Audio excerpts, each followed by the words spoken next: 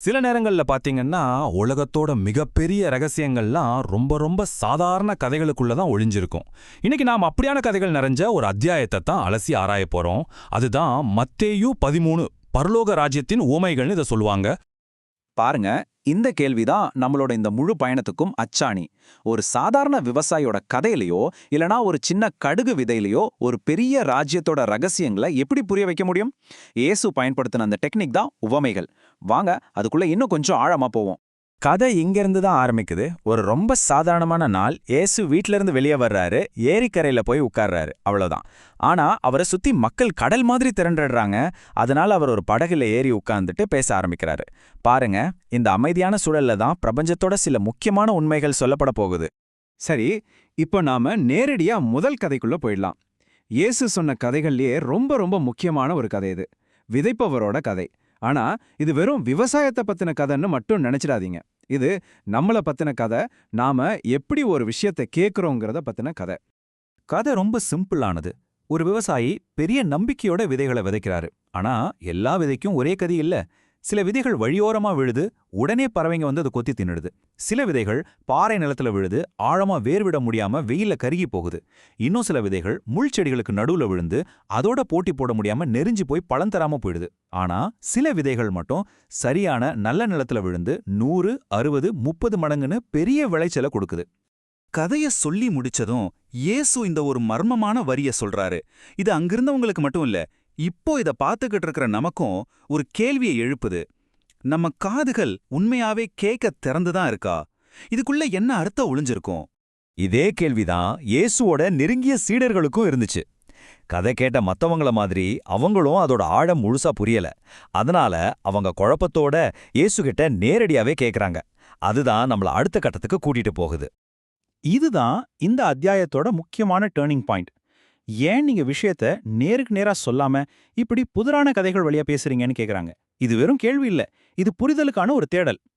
இயேசுவோட பதில் ரொம்ப ஆச்சரியமானது, அதே சமயம் ரொம்ப ஆழமானது. அவர் என்ன சொல்றாருன்னா, இந்த உவமைகள் ஒரு சாவி மாதிரியும் வேலை செய்யும், ஒரு பூட்டு மாதிரியும் வேலை செய்யும். மனசை திறந்து உண்மையை தேடுறவங்களுக்கு அது ராஜ்யத்தோட ரகசியங்களை திறந்து காட்டும். ஆனா மனச மூடி வச்சிருக்கிறவங்களுக்கு அது உண்மையை மறைச்சிடும். அதாவது புரிதலுங்கிறது போதனையில இல்ல, கேட்கிறவங்களோட இதயத்துல தான் இருக்கு. இப்போ அந்த முதல் புதிருக்கு விடை கிடைக்குது. இயேசுவே அந்த ஓமையை விளக்குறாரு. வழியோரம் விழுந்த விதைங்கிறது வசனத்தை கேட்டோம் அதோட அர்த்தத்தை புரிஞ்சிக்காத இதயம். பொல்லாங்கன் வந்து அந்த வார்த்தையை ஈஸியா எடுத்துட்டு போயிடுறான். பாறை நிலம்னா ஆர்வமா கேட்டுட்டு ஆனா கஷ்டம் வந்ததும் பின்வாங்கிடுற ஆழமில்லாத பக்தி. முள்செடிங்கிறது உலக கவலைகளும் பண ஆசையும் அந்த வார்த்தையோட வளர்ச்சியை எப்படி அழிக்குதுன்னு காட்டுது. ஆனா நல்ல நிலம், அதுதான் வார்த்தையை கேட்டு புரிஞ்சுக்கிட்டு அதன்படி வாழ்ந்து பலன் கொடுக்கிற திறந்த இதயம். முதல் புதிருக்கு விட கிடைச்சாச்சு. இப்போ அடுத்த கதைக்கு வருவோம். களைகளின் உவமை. இதுவும் ஒரு விவசாய கதை தான். ஆனா இந்த தடவை ஒரு வில்லனும் கதைக்குள்ள வர்றான். ஒரு விவசாயி நல்ல கோதுமை விதைகளை விதைக்கிறாரு. ஆனா ராத்திரியோட ராத்திரியா அவரோட எதிரி வந்து நச்சு களைகளை விதைச்சிட்டு போயிடுறான். இந்த உலகத்துல ஏன் நன்மையும் தீமையும் ஒன்னாவே வளருது? இந்த கதை அதுக்கான பதில தேடுது. நன்மையும் தீமையும் மோதிர கதையிலிருந்து இப்போ ராஜ்யம் எப்படி அமைதியா ஆனா ரொம்ப சக்தி வாய்ந்ததா வளருதுங்கிறத காட்டுற பகுதிக்கு போலாம். இதுக்கு இயேசு 2 சின்ன ஆனா மனசுல பதியிற மாதிரி உவமைகளை சொல்றாரு. இந்த 2 உவமைகளும் ராஜ்யத்தோட வளர்ச்சிய சூப்பரா படம் பிடிச்சு காட்டுது. கடுகு விதை நம்ம கைவிரல் நுண்ணில அடங்கிடுற அளவுக்கு ரொம்ப சின்னது. ஆனா அது வளரும்போது பறவைகளே வந்து கூடு கட்டுற அளவுக்கு ஒரு பெரிய மரமா மாறுது. அதே மாதிரி புளித்த மாவு கண்ணுக்கே தெரியாத அளவுக்கு கொஞ்சமா இருந்தாலும் அது மெதுவா பரவி மொத்த மாவையும் மாத்திருது. இதுல இருந்து என்ன தெரியுது? ஒரு சின்ன நேர்மையான ஆரம்பம் கூட இந்த உலகத்துல ஒரு மிகப்பெரிய மாற்றத்தை உண்டாக்க முடியும். வளர்ச்சிய பத்தி பேசினதுக்கு அப்புறம் இப்போ இயேசுவோட கதைகளோட டோன் கொஞ்சம் மாறுது. மதிப்பு, நாம எதை தேர்ந்தெடுக்கிறோம், அதோட கடைசி விளைவுகள் என்னங்கிற மாதிரி ஆழமான விஷயங்களை மையமா வச்ச ஓமைகளுக்குள்ள நாம இப்போ நுழையிறோம். அப்போ இதுல மையமான செய்தி என்ன? ராஜ்யத்தோட மதிப்பை முழுசா உணர்றது தான். கற்பனை பண்ணி பாருங்க, ஒருத்தர் நிலத்துல மறைஞ்சிருந்த ஒரு புதையலை கண்டுபிடிக்கிறாரு. அவர் ஒரு நிமிஷம் கூட யோசிக்கல, சந்தோஷமா ஓடி போய் தனக்கு இருந்த எல்லாத்தையும் வித்து அந்த நிலத்தை வாங்குறாரு.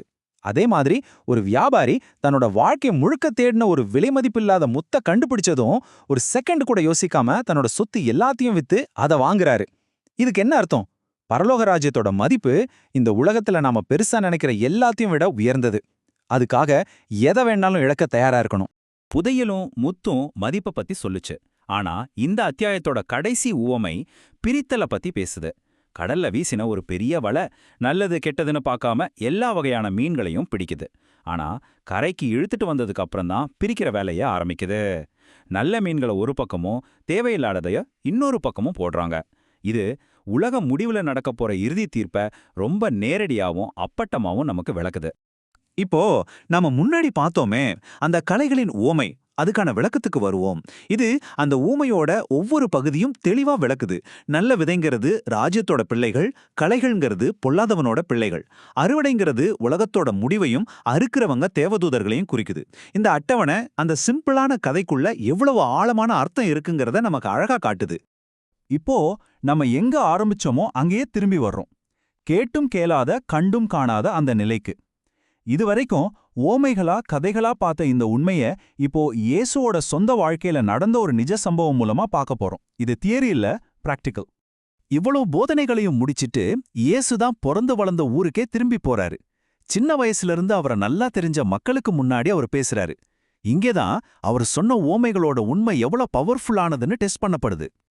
அவரோட ஊர் மக்கள் கொடுத்த ரியாக்ஷன் ரொம்பவே ஆச்சரியமானது. அவங்க அவரை பார்க்கறாங்க, ஆனா அவங்களால உண்மையை பார்க்க முடியல.